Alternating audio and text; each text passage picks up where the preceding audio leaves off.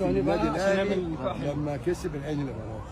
انا واخويا على ابن عمي وانا ابن عمي ايه؟ على الغريب. الغريب. تمام. الفيلم اللي معمول اليومين دول اصل هي كاس صفيح، لا دي مش بطوله، عايزين نبطل هبل. انا خدت يا بيه، انا خدت كازوزه فرحان بيها وانا وجمهوري. انا حر، انت زعلان ليه؟ اصل مش بطوله، بطوله بالشكل ده. كفايه في الكلمه بتاعت ثواني يا استاذ قلعه مش عارف بالظبط بقى بالظبط. ثاني، ما هو ده السؤال الجاي. من اكبر القلاع الرياضيه، حط لي منها. مش اكبر من أكبر.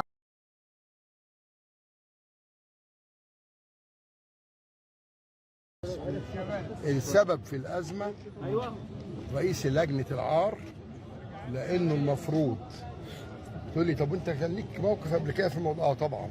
في المغرب كان الزمالك بيلاعب فريق مغربي، من فضلك بعد اذنك يا جماعه محدش يتكلم. بس يا بيه تمام، اتفضل يا معلم. عشان نسمع بعض. اتفضل يا معلم. عشان اعرف اجاوب عليكم. اتفضل يا معلم. اتفضل.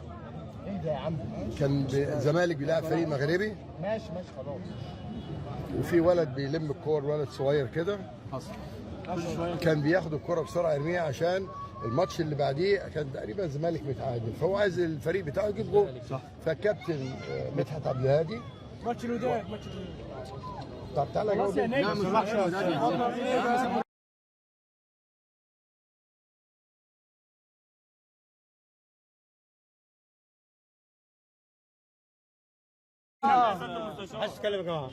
كابتن مدحت عبد الهادي وكابتن امير عزمي ابن اخويا عزمي جاد الله يرحمه زقوا الولد. تصرف رئيس النادي المحترم ايه؟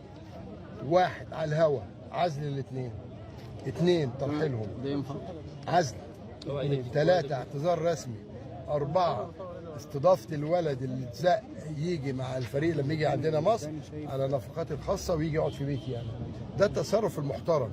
مين كان رئيس البعثة؟ مش عيل عبيط، لا، كان احمد مرتضى، نائب محترم في البرلمان. اول ما الماتش خلص دخل اوضه اللبس واعتذر رسمي تاني للفريق المغربي وشعب المغرب. هو ده الناس المحترمه. انما انت رايح، هو السؤال سلطان ده اللي انضرب، من فضلك يا بيه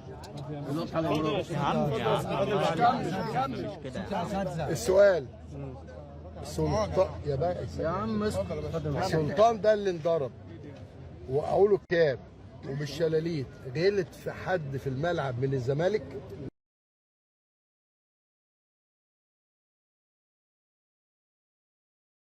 غلط في نادي الزمالك ككيان؟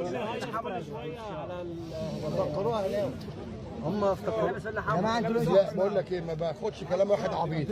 هتطلع عبيط هسيبك وامشي. ايه العبط اللي انت بتقوله ده؟ كان بيهيص. معلش ساعات ثانية يا ابني، يا ثانية واحدة يا ابني. يعني هو لو اهلاوي موته؟ لا ده جميل قوي والله، ده نظام جديد. هم قالوا ادي واحد يا باشا. الروح الرياضيه يا اساتذه. اسمع بس، المثال يسمع يا جماعه. اسمع. التيشيرت ده بتاع تزنع. نادي الوحده اللي اتعمل في، مش كان نادي الوحده اللي هو ده الزي بتاعهم. اثنين، ده نادي بتاع منتخب ايه، ده لبس منتخب الامارات. لا ما ده ولا ده، اي واحد اهلاوي لابس. يا جماعه كمل يا معلم الشغل. انتوا شايفين ليه يعني يا ناس يعني؟ سؤال يا معلم الشهر. يا ابني استنى يا ابني سيبه يكمل. يا جدعان ايه ده يا جدعان؟ اللي سأل يا جماعه يسمع الاجابه مش يتكلم. اسمع بقى نكمل بقى. اللي عايز يوصل اللقاء. كمل يا معلم الشهر. انتوا شايفين ليه يعني يا ناس يعني؟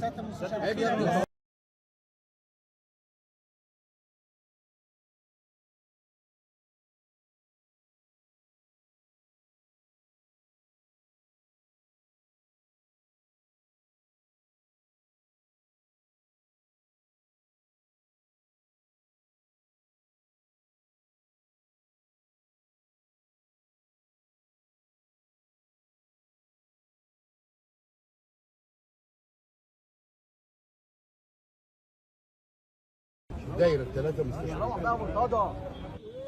ثانيه واحده يا ابني، اللي بيقول لي روح مستني تليفون امك.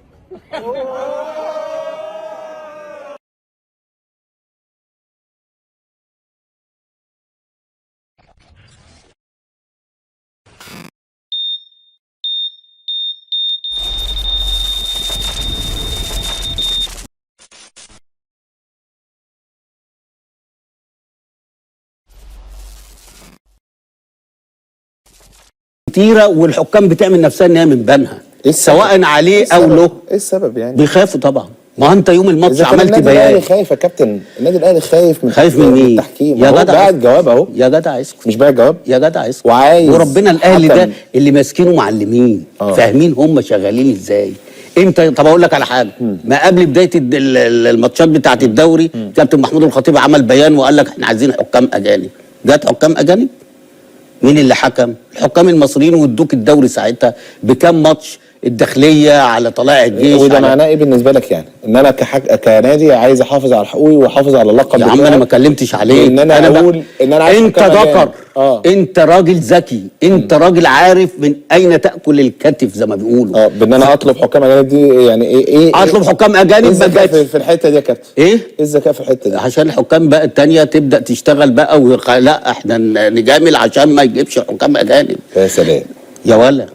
لا والله يعني انا هجامل عشان طب ما جابش ليه؟ طب ما الكابتن محمود الخطيب اصر دلوقتي على حكام اجانب. لا هو مصر دلوقتي على حكم. لا طول ما الاهلي في نجاح عمرك يا رضا عبد العال ما هترتاح. انزل يا زميل، انزل يا زميل، اتاكد ان مدينا لايك متين الفيديو، مش في قناه مجرى سبيل كل شيء عارف كل مكان. لايكات ولا بينا نشوف عايز اسمعك ايه.